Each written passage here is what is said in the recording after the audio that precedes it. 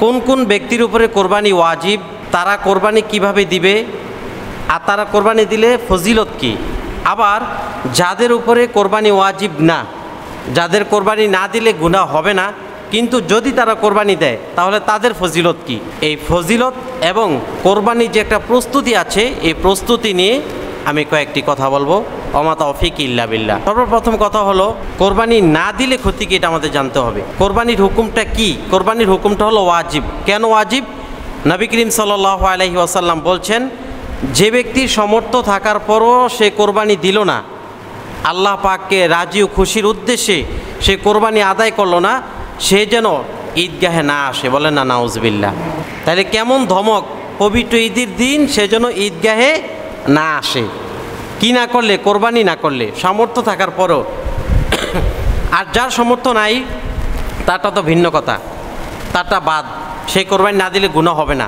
তবে সে যদি কোরবানি দেয় যে কোনোভাবে, হালালভাবে, তাহলে তার কি ফজিলত সেটাও হাদিস শরীফে আছে। তাহলে কোরবানি না দেওয়ানোওয়ালা ব্যক্তিদের সম্পর্কে এই কথা আসছে যে নাকি স্বাবলম্বীভাবে সবসময় চলে, যে ইচ্ছা করলে কোরবানি দিতে পারত, তার সামর্থ্য আছে। হয়তো বা কোরবানির মাসটা একটু ক্রাইসিসই, সারা মাস কিন্তু সে খুব রমরমা, খুব ভালোভাবেই চলছে। কোরবানির মাস আসায় একটু দুর্বল হওয়ার কারণে সেটা বাদই দিয়ে ফেলছে।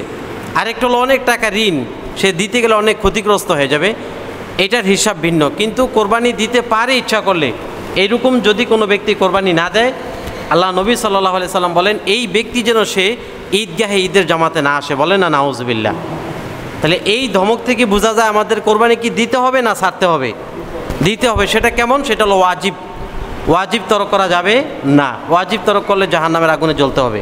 তাহলে কোরবানি দেওয়ার যে একটা গুরুত্ব, এই গুরুত্বটা আমরা বুঝতে পারলাম। এখন আসেন তাহলে কোরবানি দিলে ফজিলত কি। আল্লাহ রাসূল সাল্লাল্লাহু আলাইহি ওয়াসাল্লাম বলেন, যে ব্যক্তি নাকি কোরবানির মাসে কোরবানি দিবে, কোরবানির দিনের জন্য ওই কোরবানি করাটাই তার জন্য সর্বোত্তম ইবাদত। বলেন না সুবহানাল্লাহ। বান্দা যখন কোরবানির জন্য প্রস্তুতি নিয়ে পশু কিনে আনে, কোরবানির দিন সে পশু জবাই করা শুরু করে দেয়, ঈদের নামাজ পড়ে যখন ছুরিটা পশুর গায়ে লাগিয়ে দেয়, রক্তটা ছুটে মাটিতে পড়ার আগে আগে এই কোরবানির সবটা আল্লাহ পাকের দরবারে পৌঁছে যায়। বলেন না সুবহানাল্লাহ। মাটিতে রক্ত পড়ার আগে আগে তার এটা কি হয়ে যায়? কবুল হয়ে যায়। এখন বলতে পারেন কি কবুল হয়ে যায়? বলতেছে কোরবানির পশুর গায়ে যতটা পশম আছে ততটা পশম পরিমাণ নাকি আল্লাহ রাব্বুল আলামিন দান করে দিবেন। সুবহানাল্লাহ। বান্দার জীবনের গুনাহগুলো তো মাফ করবেনই। কোরবানির পশুর গায়ে যতটা পশম আছে সমস্ত পশম পরিমাণ আল্লাহ পাক সব তার আমল নামে লিখে দেন। বলেন না সুবহানাল্লাহ। তখন আল্লাহ পাক এই বান্দাকে অনেক বিপদ আপদ থেকে মুক্তি দেন, সম্পদের মধ্যে বরকত দিয়া দেন। কারণ আপনি কার পিছনে ব্যয় করছেন? আল্লাহর পিছনে। ব্যয় করছেন কার পিছনে? আল্লাহর পিছনে। কারণ আমাদের নবীরা যদি আল্লাহর জন্য সন্তানকে উৎসর্গ করে দিতে পারে, তাহলে আমি আর আপনি মাত্র একটা পয়সা উৎসর্গ করতে পারবো না, এটা তো হতে পারে না। নবীরা ছিলেন মাসুম, ছিলেন নিষ্পাপ, ছিল না তাদের কোনো ধরাবাধ্যতা, ছিল না তাদের কোনো পাকড়াও। তার মধ্যে আল্লাহকে এত ভয় পাইছে। আর আমাদের সামনে জাহান্নাম আছে, আমাদের সামনে কবর আছে, আমাদের সামনে হাসর আছে, আমাদের সামনে মিজান আছে, আমাদের সামনে ফুলসিরাত আছে। আমাদের কতটা ভয় করার প্রয়োজন একটু চিন্তা করে দেখেন। তাইলে ফজিলত জানতে পারলাম, কোরবানির পশুর গায়ে যতটা পশম তত পরিমাণ সব লিখে দিবেন। সুবহানাল্লাহ। এখন এই যে কোরবানিটা করবে সমস্ত মানুষকে একটা ফজিলত শোনায় দিল আর একটা আযাবের কথা শোনায় দিল। এখন এইটা কারা কারা দিবে, কারা কারা দিবে না। এই কোরবানি ওয়াজিব হলো যাদের উপরে যাকাত ফরজ, তাদের উপরে কোরবানি ওয়াজিব, কোরবানি ফরজ। তো যাকাত ফরজ কাদের উপরে? তো যাকাত ফরজ হওয়ার জন্য আলোচনা আমি আপনাদেরকে করছিলাম পূর্বে। এই তো গেল 2 মাস আগে রমজানই তো করছি। একজন ব্যক্তি তার ঘর, আসবাব, টিভি, ফ্রিজ, সোফা, ঘরের বিটা ঘর, এগুলো বাদ দিয়ে তার অতিরিক্ত, তার সেটা হোক টাকা পয়সা, সেটা হোক স্বর্ণ রূপা, সেটা হোক ব্যবসায়িক পণ্য, এগুলো মিলে যদি 52,500 টাকার মালিক হয়, তাহলে তার উপরে যাকাত ফরজ।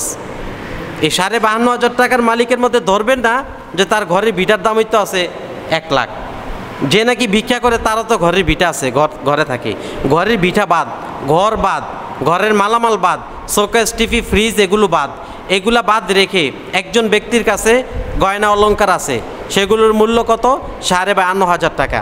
যদি এরকম হয় তাহলে এই ব্যক্তি কোরবানি দিবে, সেটা হোক পুরুষ সেটা হোক নারী, সেটা হোক পুরুষ সেটা হোক নারী।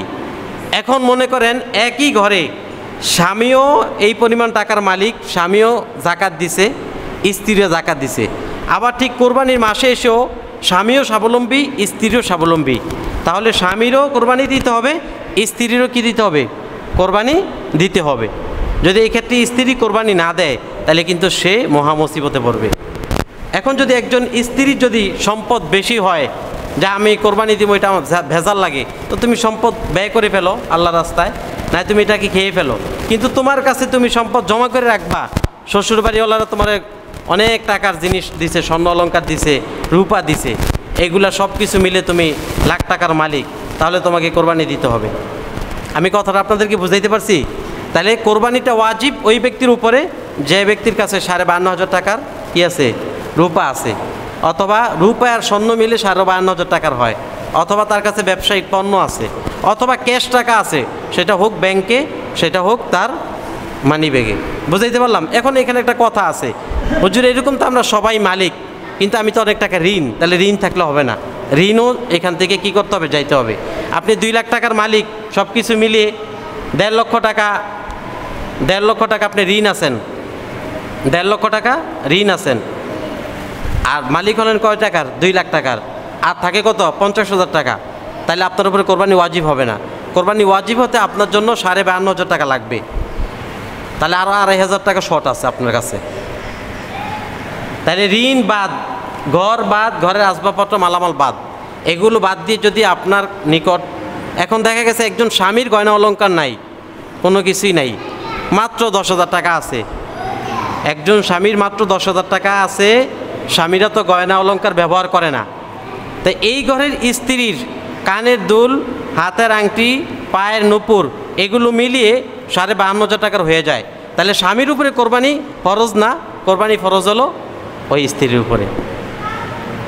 হিসাবটা বুঝতে পারছেন? যার উপরে ফরজ সে দিবে, ফরজ হইল স্ত্রীর উপরে, স্বামীর নামে দিবে, তাহলে স্বামীর কোরবানি হবে, কিন্তু স্ত্রী যে কোরবানি দিল না এটার জন্য সে দায়ী থাকবে।